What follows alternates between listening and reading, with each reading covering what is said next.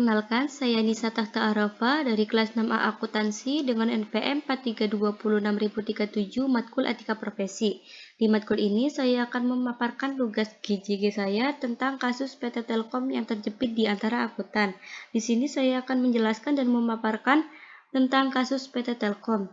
Jadi pada tahun 2002, di mana awalnya kasus yang menimpa PT Telekomunikasi Indonesia TPK atau yang sering kita sebut dengan PT Telkom ini terjepit di antara dua KAP. Jelas, kasus ini mengakibatkan persaingan tidak sehat yang melanggar etika dalam berbisnis dan etika akuntan publik. PT Telkom tahun 2002 yang akhirnya menjadi persaingan tidak sehat ini dapat dinilai sebagai suatu tindakan yang salah. Karena antar KAP boleh bersaing namun tidak boleh saling kehilangan salah satu pihak dengan mengabaikan kewajibannya sebagai auditor. Pada kasus PT Telkom ini terjadi masalah pada tahun 2002 di mana PT Telkom membuat mekanisme tender untuk mengaudit keuangannya. Pada saat itu yang memenangkan tender adalah KAP Haryanto Sehari dan rekannya. Akan tetapi karena ada sesuatu hal, KAP tersebut mundur dan digantikan oleh KAP DRS Edi Pianto Simon. Audit Telkomsel mengacu pada standar audit Amerika.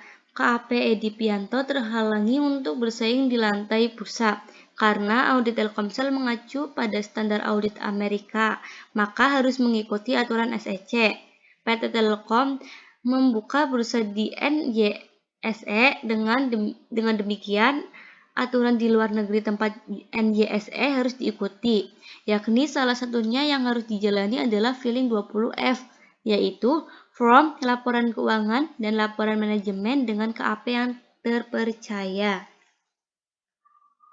Inti permasalahan ini karena keengganan KAP Hedi Sutanto dan rekannya sebagai terlapor yang mengaudit laporan keuangan Telkomsel tahun buku 2002 untuk berasosiasi dengan pekerjaan audit KAP Edi Pianto terhadap laporan keuangan konsolidasi Telkom tahun buku 2002. Terlapor beralasan untuk menghindari resiko yang dapat merugikan jika terasosiasi dengan audit pekerja KAP Edi Pianto. Keenggan ini dipicu karena terlaporkan terhadap kelayakan hak praktek KAP Edi Pianto di hadapan Bapepbam. Selain meragukan kelayakannya, terlapor juga meminta Telkom memberikan akses penuh untuk membaca filing form 20F. Tapi, permohonan ini ditolak mentah-mentahan oleh PT Telkom. Berikut penolakan KAP Edi Pianto oleh Thornton International sebagai member frame agreement kantor akuntan publik. Edi Pianto adalah suatu kantor akuntan publik yang telah mendapatkan izin usaha berdasarkan keputusan Menteri Keuangan Republik Indonesia. Berikut ini nomor keputusan Dewan Komisaris tentang penggantian auditor PT Telkom tahun buku 2002. Menyetujui dan mengesahkan KAP Edi Pianto sebagai auditor utama. Selanjutnya, ada penolakan yang berdasarkan appointment letter tertanggal 6 Juni 2001.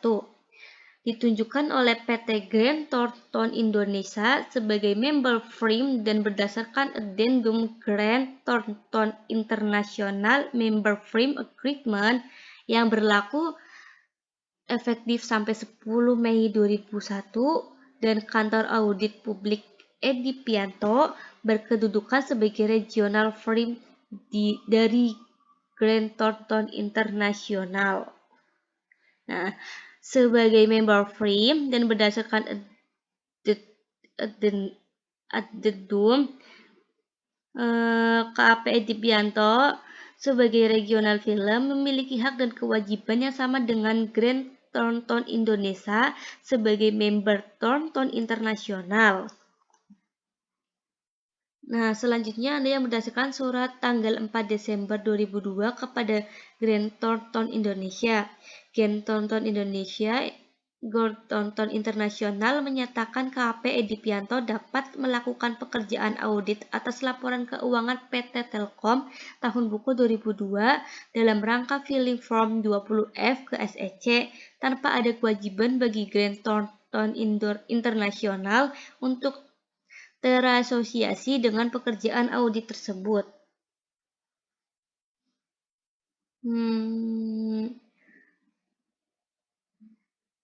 Dengan demikian, independensi KAP Edi Pianto tidak disusupi kepentingan dari afiliasi secara langsung dan sepenuhnya menjadi tanggung jawabnya.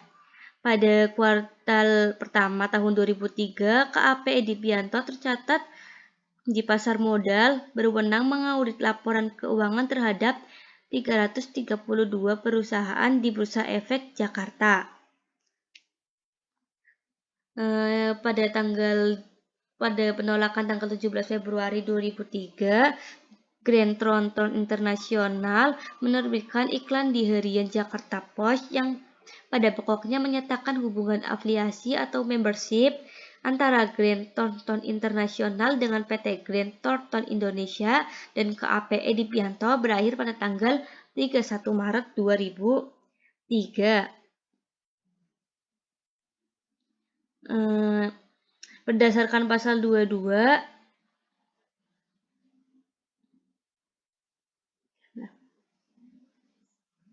Dengan adanya pemberitaan tersebut, PT Telkom meminta jaminan kepada KAP Edi Pianto akan keabsahan Iwan Marks tersebut yang bukan partner dari Thornton Internasional. KAP Edi Pianto berdalih bahwa akan tetap menjadi member firm Thornton sampai akhir Maret 2003. Dengan demikian, auditnya mendompleng nama Thornton. Penolakan pada tanggal 25 Maret 2003 sebagai berikut. Ada alasan-alasannya seperti 1. Keuangan konsolidasi PT Telkom, laporan tidak memberikan izin, laporan keuangan konsolidasi yang tidak disertai dengan laporan audit. Maka, dengan adanya penolakan tersebut, kantor audit publik Edi Pianto izin usahanya dibekukan oleh Bapepbam dan tidak boleh berada di bursa selama waktu tertentu karena menjadikan saham PT Telkom anjlok. Pihak-pihak yang terlibat seperti 1. KAP DRS Hedi Sutanto dan rekan, KAP Edi Pianto dan Telkom. DRS Hedi Sutanto dan rekan itu sebagai KAP yang dipercayai mengaudit PT Telkom, sedangkan Edi Pianto sebagai yang dipercayai melakukan audit konsolidasi atas PT Telkom. PT Telkom sendiri selaku perusahaan yang diaudit. Pelanggaran yang dilakukan ada 4 seperti kepercayaan, pelanggaran terhadap independensi, pelanggaran terhadap standar umum, pelanggaran tanggung jawab kepada rekan seprofesi, kepercayaan. KAP Hedi Sutanto dan KAP Edi Pianto telah melanggar kepercayaan karena pasar keuangan tidak dapat beroperasi tanpa kepercayaan. Kerjasama adalah penting dan kepercayaan adalah persyaratan kerjasama. Yang pelanggaran terhadap independensi, suatu kantor publik harus menunjukkan integritasnya kepada klien maupun masyarakat. Suatu KAP dalam tugasnya dituntut untuk bersikap jujur dan mempertahankan objektivitas tanpa dipengaruhi tekanan dari pihak maupun untuk kepentingan pribadi. Pelanggaran terhadap umum seperti kepatuhan terhadap standar. Anggota KAP harus mematuhi standar berikut ini beserta interpretasi yang terkait yang telah dikeluarkan oleh Badan Pengatur Standar yang diterapkan IAI.